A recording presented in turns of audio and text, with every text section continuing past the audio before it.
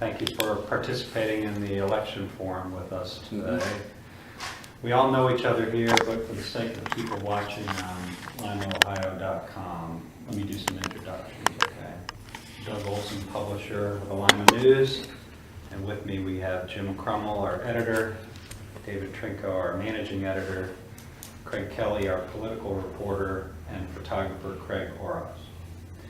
The forum will be more of a conversation about your views and vision as you seek your 8th term as Lima's mayor.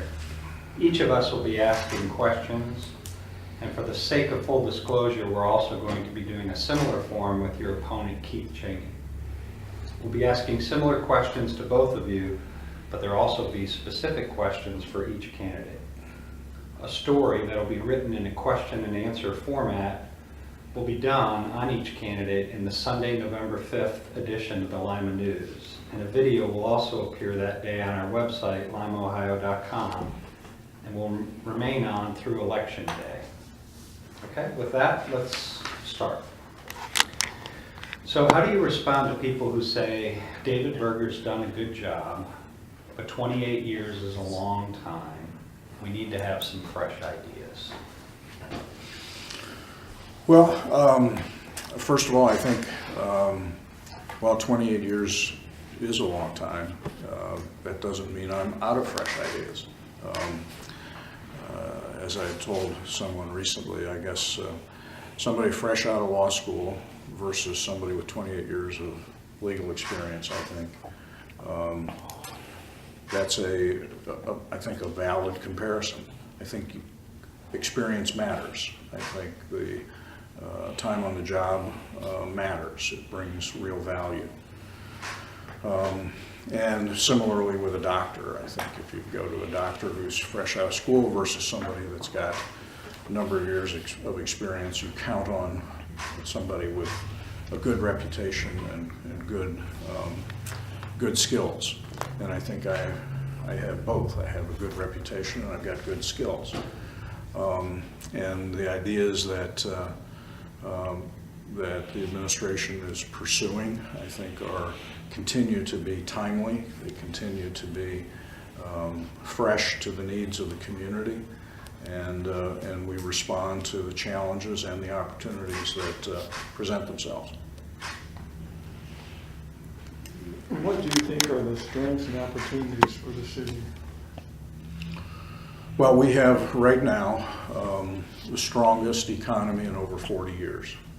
And when I look around the state, not every community in Ohio can say that. I think we have overcome enormous challenges, and coming out of the recession, we have continuously built the economy to the point where we now have, as you've been, I think, reporting consistently for about a year now, we've got a job surplus that is significant. 1,500 jobs within the region that have been continuously refreshing themselves, meaning that folks are continuously posting new jobs. I think in addition, we have enormous development activity happening in our community, and really unprecedented renewal of the downtown, as well as overall development happening in the community as a whole. So those are strengths that I think, as long as the national economy doesn't go into the ditch, I think those are strengths that will continue to grow. And I do believe that we're making progress on the issue of connecting people to those jobs. Recently, I was in a meeting with a local plant manager where she talked about the fact that they had just hired 30 new people, and half of them, 15 of those individuals, she asked them where they were from, and they said they were from Lima, but they had moved away. And then they had heard about the jobs and they came home. And I think that tells me that the both the formal communication systems as well as the informal ones, where friends and family members are beginning to share that information and people are beginning to respond to those opportunities. And I think that's good. That's terrific. It strengthens the community. It brings people home. It roots people who want to be here in place to continue to grow the human resources that we have. What do you think are the weaknesses and threats the city's facing? Well, when I look at our industrial base, I think there is a, and I've been talking about this for a couple of years now, and it was highlighted in a Toledo Blade article last week. There is a threat represented by the electrified vehicles and the technology that is emerging very rapidly. And the threat is actually on both sides of town. If electrified vehicles come to the fore and take over, we certainly have a challenge with the production facilities that Ford has here for their engines. And on the west side of town, we've got a refinery that makes product to run in those engines. So we have to, it seems to me, be aware that that kind of technological change represents a threat to a pretty fundamental base of our industrial economy, and be about the business of how do we engage with them to make sure that those companies are anticipating the change and that we're working with them to renew. Certainly the issue of crime and drugs represents a big challenge, and so we need to continue our efforts both with law enforcement focused on community policing and pinpoint policing to continue to pursue the violent crime that does occur in our community. And we also have to continue to recognize that Ohio remains in the epicenter of the opioid crisis, and it requires us to both be pursuing drug dealers, but also providing an enormous array of options for treatment and engagement with our community around opioids, and the need for both education of our young people, education of the entire community around the use of painkillers, and the treatment options that we're now successfully expanding through St. Rita's and Coleman's. I'd say another challenge remains the condition of neighborhoods, and we've of course been aggressively pursuing the removal of blighted housing.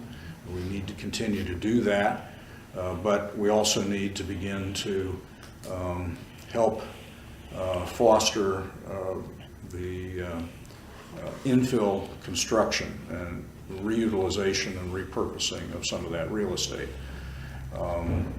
With some of these lots, we think there are opportunities to actually stimulate the housing market, single-family housing market in particular, by making the lots available very cheaply, by matching it with the 100% 15-year tax abatement program that the city has, and by pre-qualifying those lots with bank financing, so we can get individuals that are interested in building new housing to do so in an easy way. Hey, you had mentioned the economy as a strength. Where do you see the economy heading in the next few years? And as mayor, what effect do you think that would have on the way you would run the city? Well, I think that we have several continuing efforts with our task force efforts, with the auto task force as well as with Task Force Lima. And so we need to continue those outreaches. the Auto Task Force networks all of our automotive and transportation-related businesses, and we try to connect them to resources for being able to grow their businesses. And that includes both technical resources as well as human resources. With the Task Force Lima, we continue next week. I'm taking a delegation to Washington to meet on Capitol Hill and at the Pentagon to work on continuing to inform our Ohio delegation in particular of the needs at the JSMC, to thank them for their bipartisan support, but also to keep them focused on the need to continue to invest in the facility.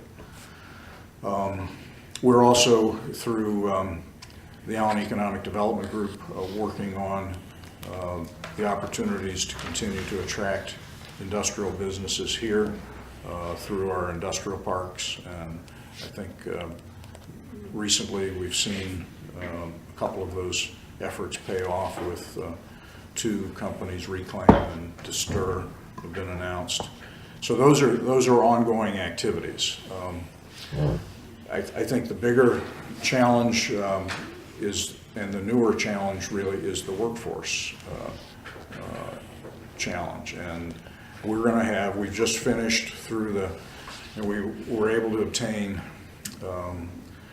grant resources from the Department of Defense, and we used those resources to do strategic planning for our region. And those plans identified the fact that over the next 10 years, we're going to eventually have 20,000 job openings available. And that's a function of both a forecast of a continuing growth, modest growth in the economy, but matched by the really the tsunami, the wave of baby boomer retirements that's taking place, and which is inevitable. And so that's going to create this turnover in positions with organizations here, and we have to connect people to those opportunities. We have to connect them to the job training resources. We did a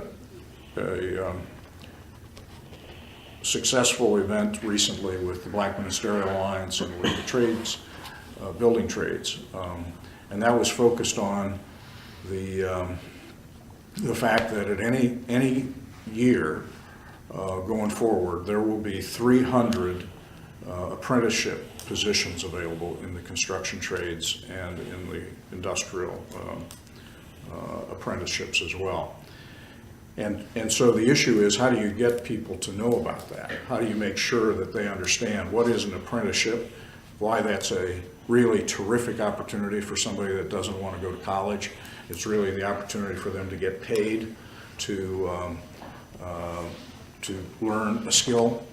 It can be everything from carpentry to electrical to plumbing and pipe fitter jobs, and those are there and will continue to be there. And I think there are other kinds of opportunities like that. So we're really, I think, just in the early days of putting in place permanent systems for connecting people to those job opportunities. And so we're seeing success with MakerFest, which comes on the latter part of this week, with Home Field Advantage, with the variety of efforts that are underway to connect both to college graduates as well as to kids coming out of high school, making sure that they, their parents, their guidance counselors are aware of these opportunities. Along those lines, there are people in our community that are struggling and they want to improve their lot in life. And there are programs in place that could help them do that. But sometimes it seems like there's a disconnect between those two. What role do you see the mayor playing in connecting those dots and bridging that perceived gap? Well, as I just described, I think that the opportunity to make sure that people are aware of those opportunities is very real. For a long time, I think the perspective of the community was we didn't have enough jobs. And so, as you know, you ran it was, I think, June of last year, your story about having 1,500 jobs available. The principal reaction in the community was, I don't believe it. And I still believe that the vast majority of folks are not aware that those opportunities exist. They either, it's like information that, like a ping pong ball, it seems to bounce off the wall and it doesn't stick, right? And that information is really important for people to both understand, to react to, and then to act on. It wasn't until really 3 years ago that we began to hear from employers that they were having trouble hiring people and finding people. And it was only in the wake of that kind of continuing refrain from companies that we began, through the Allen Economic Development Group, of which the city is a vital partner, to begin to train up and develop programs like Link Lima.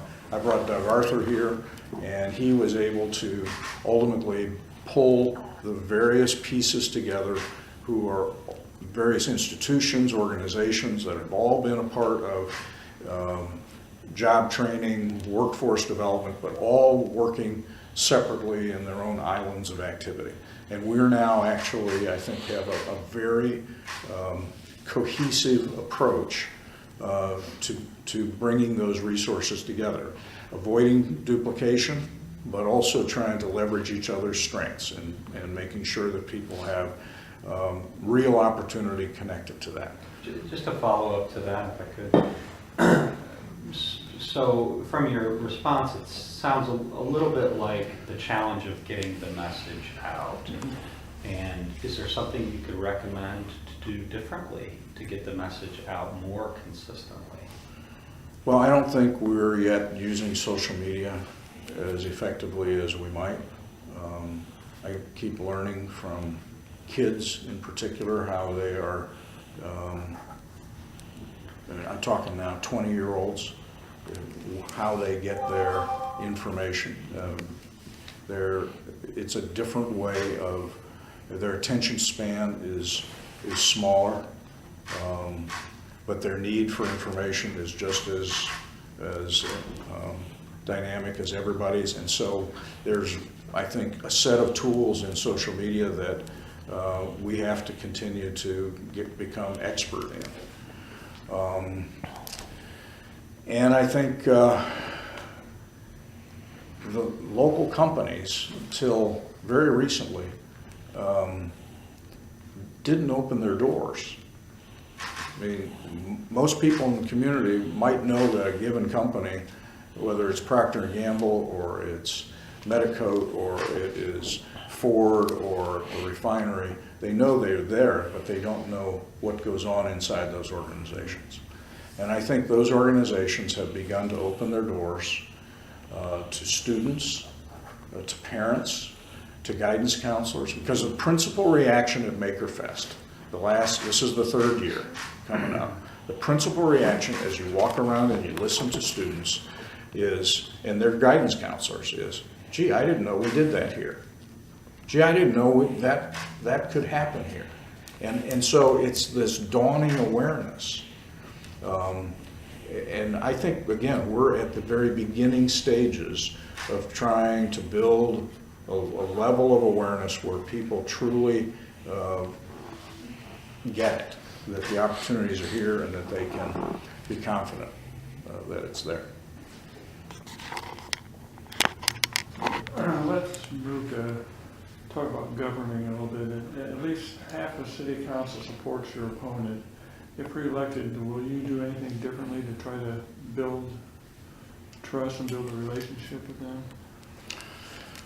Well, when those individuals emerged recently, might have been news to the community. It wasn't news to me. For the last year, they've been teaming with my opponent. I mean, that's a fact. They just simply became public with what they were already privately doing. Bottom line is, my job as the mayor is to work with the administration and with council to get the work of the city done. We will do that. We have done that in the past. I've worked with probably 50 or more different individuals on city council over the years, all kinds of different personalities, some of whom, we worked well together, some of whom we didn't work well together for a variety of reasons. But we got the work of the city done, and I expect that we'll continue to do that.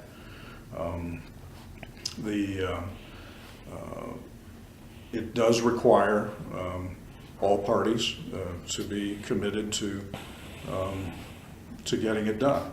I'm committed to doing that, and that requires, working hard, and I will do that. Can you give us an example of how you found compromise with a group of people you typically would disagree with?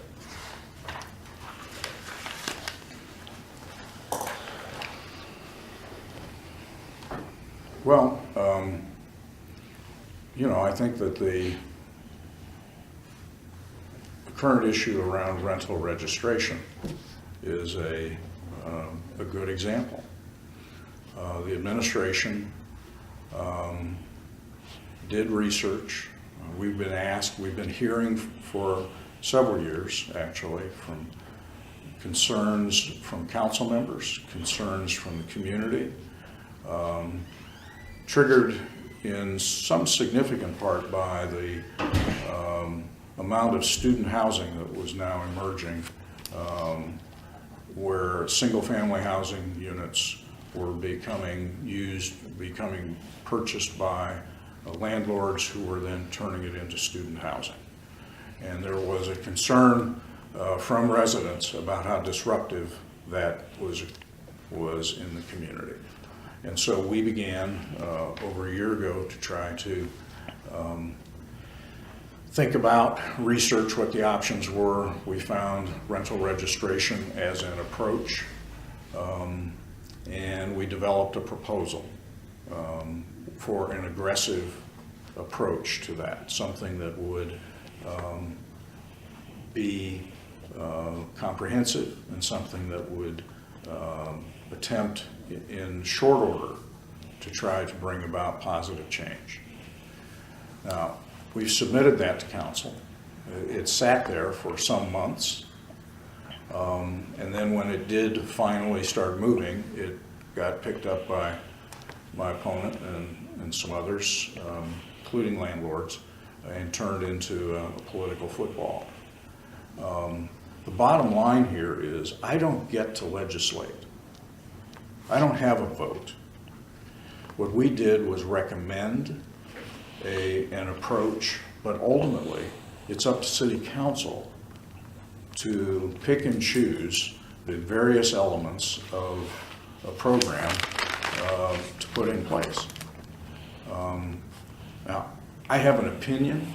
I'll continue to advocate for rental registration, which pays for itself and which does, on some periodic basis, whatever that it could be, annually, it could be every other year, it could be based upon complaints, on some basis involves both external and interior inspections.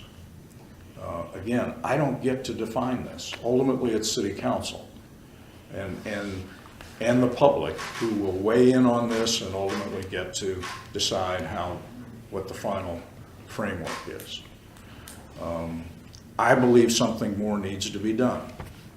And I'll work with folks in order to get to a point where we can, in fact, move ahead. It could be that at the end of the day, city council will do nothing. That'll be their choice. It won't be because the administration didn't attempt to weigh in, come up with viable options, and engage in a substantive policy discussion around what we need to do to protect the public, to protect property values in our neighborhoods, and ultimately try to stimulate renewal of those neighborhoods. Okay, okay, switching gears just a little bit. In regards to downtown development, what would your assessment be of the status of the Road State Downtown project? Well, a month ago we filed eminent domain, a friendly eminent domain action on the Makeley property. We've been working for months to understand our options there. The issue is that the property is owned by a defunct corporation. And so we had to figure out what's the best way to ultimately get clear title. And so we did finally determine in conversation both with the individual who's involved, but also and his attorney, how we can do that. So that's now moving ahead in a positive way. And also last week we filed eminent domain actions on the other parcels involving 2 other owners. So I expect that those will now head to court, and ultimately will come out with having clear title to all the property. We touched a little earlier on this issue, but I'd like to see if you want to expand on it a little bit. Many view the city as struggling with a crime problem. Many people perceive that. And you talked about community policing. You also talked about going after drug dealers while also balancing that with treatment and education.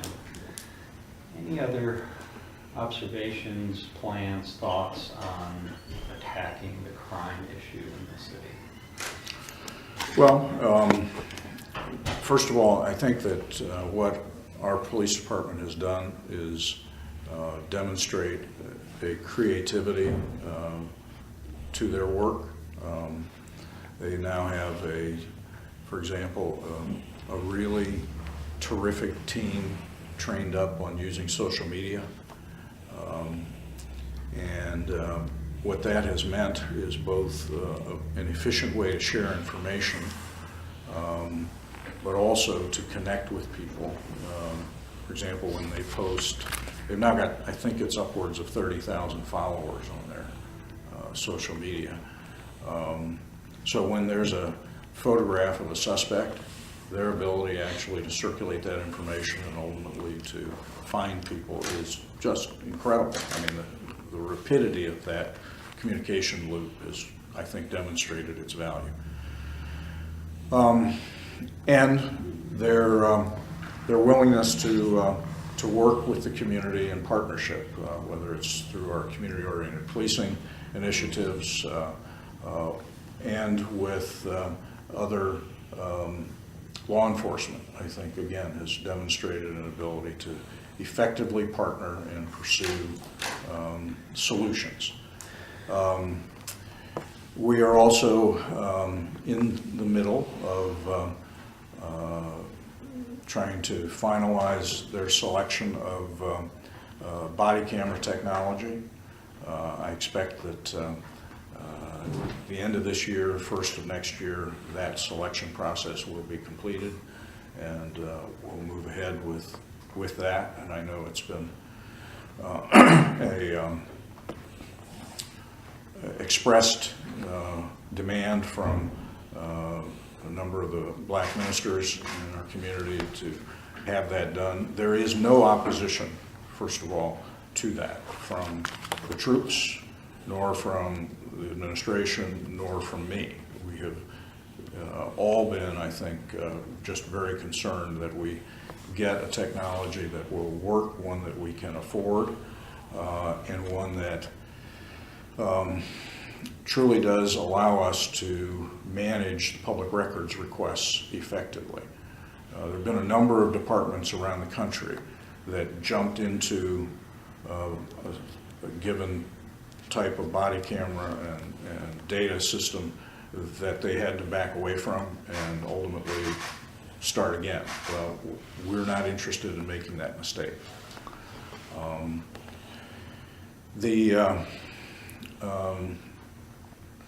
And I think that the expectation in the community is they don't want us to waste taxpayer money, and so we're being very deliberate about that selection process.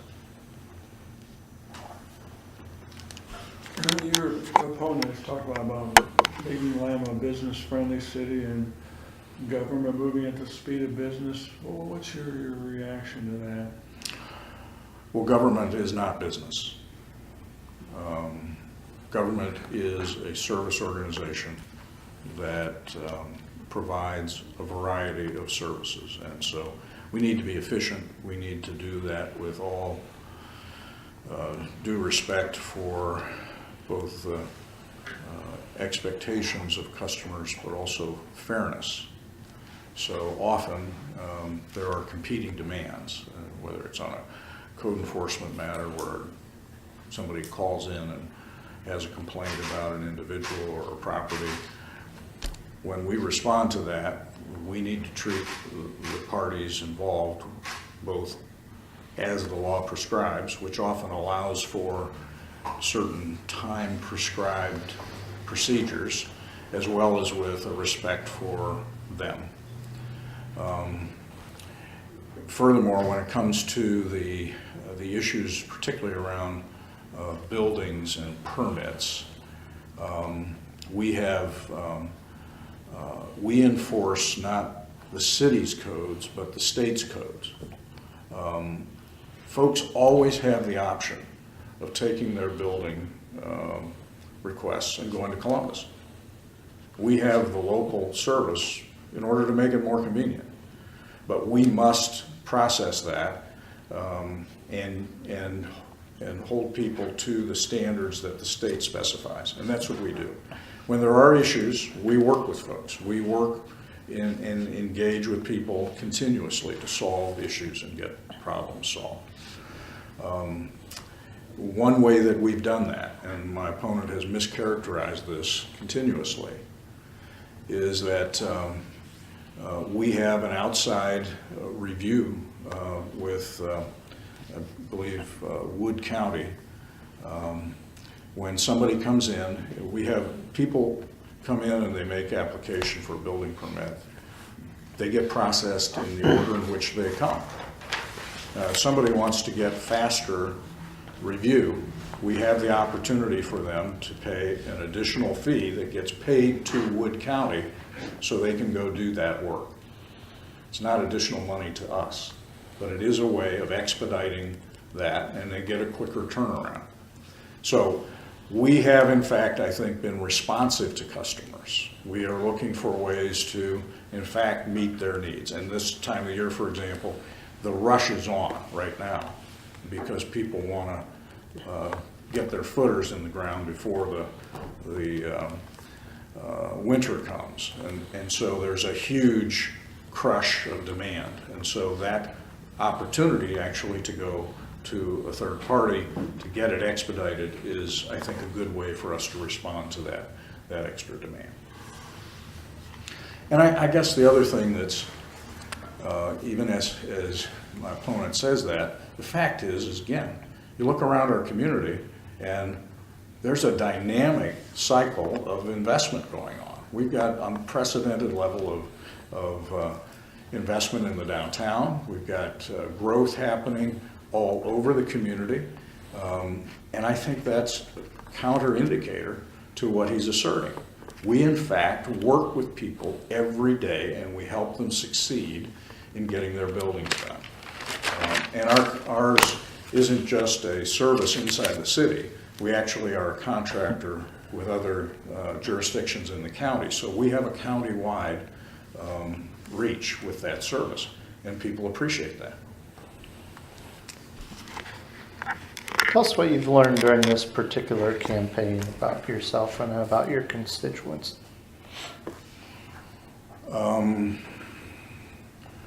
Well, I think it's always the case that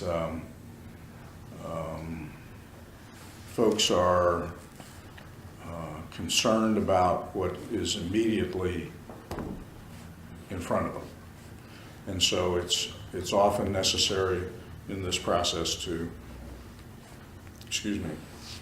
kind of rehearse important history for folks to understand. And certainly with young people, they weren't here 28 years ago when I was first elected. They don't have the historical background, and often even with others that may have been here, they've forgotten it. But we have dug ourselves out of an enormous hole. When you look back at the Rust Belt, in fact, that term Rust Belt is not understood by young people.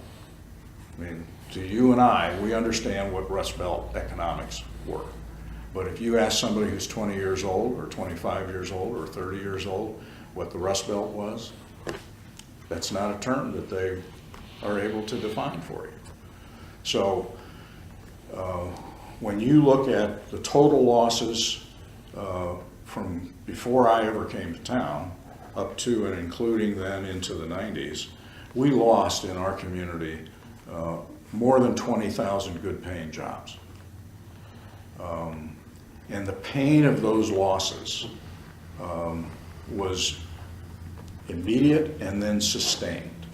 So when you look at what has happened to our community over time, it's important for people to understand that those losses were real.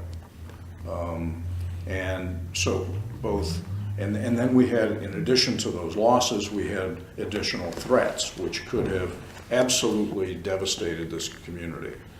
Had we lost the refinery, we'd have a 900-acre desert out there.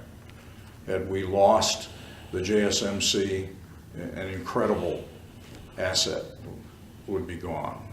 Or the engine plant, if they hadn't ultimately put another engine in here. I mean, just think for a moment about how badly we would have been affected if we hadn't successfully defended those industries.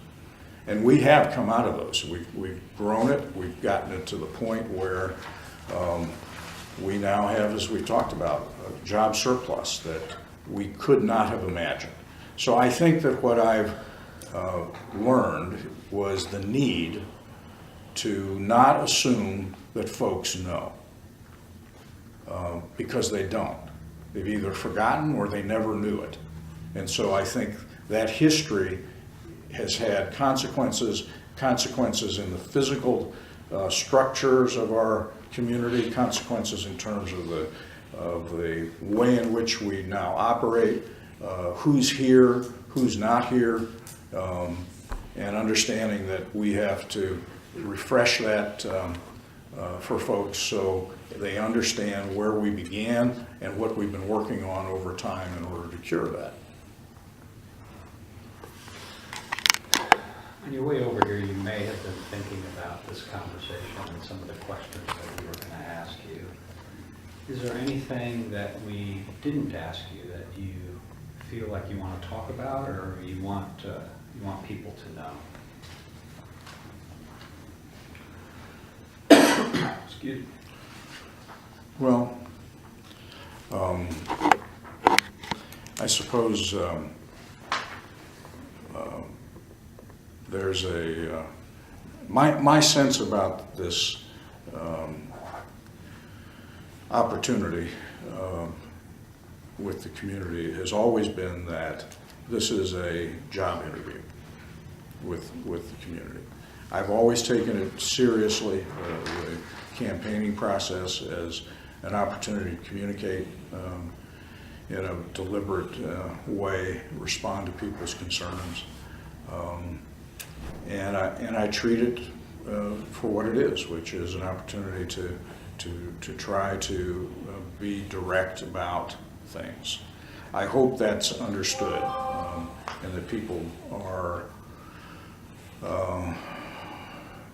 take it for that, rather than seeing it as, I guess, a knee-jerk to. Again, You started out by describing the fact that I've had 28 years in the job, and people are looking for new ideas. To me, that's a knee jerk. If they're looking at what we're doing, what it is that we anticipate happening in the coming term, and understand that there's enormous additional opportunity for us to continue to grow our community. I hope that's communicated in this campaign. Any other follow-up questions, John? I hear people a lot of times say, as Lima goes, so goes the region. I mean, can you expound on that?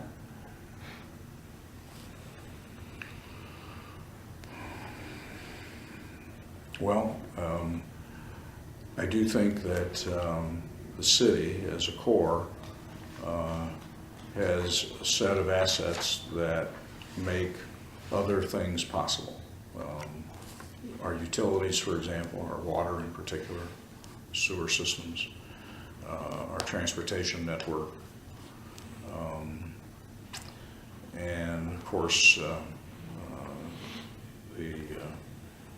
beyond that, we've got our people, and I think that we've got a diverse population here that of talent and culture that I think is a terrific set of assets for us.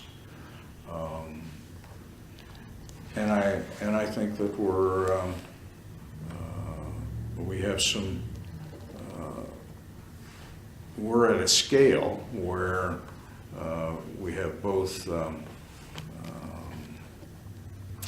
we have some big city issues, but we also have small city opportunities in terms of particularly somebody coming here to Lima, Ohio as an individual truly has the opportunity to step in and make a difference. If you are here within 24 months, you can be connected to literally anybody you want to in this town.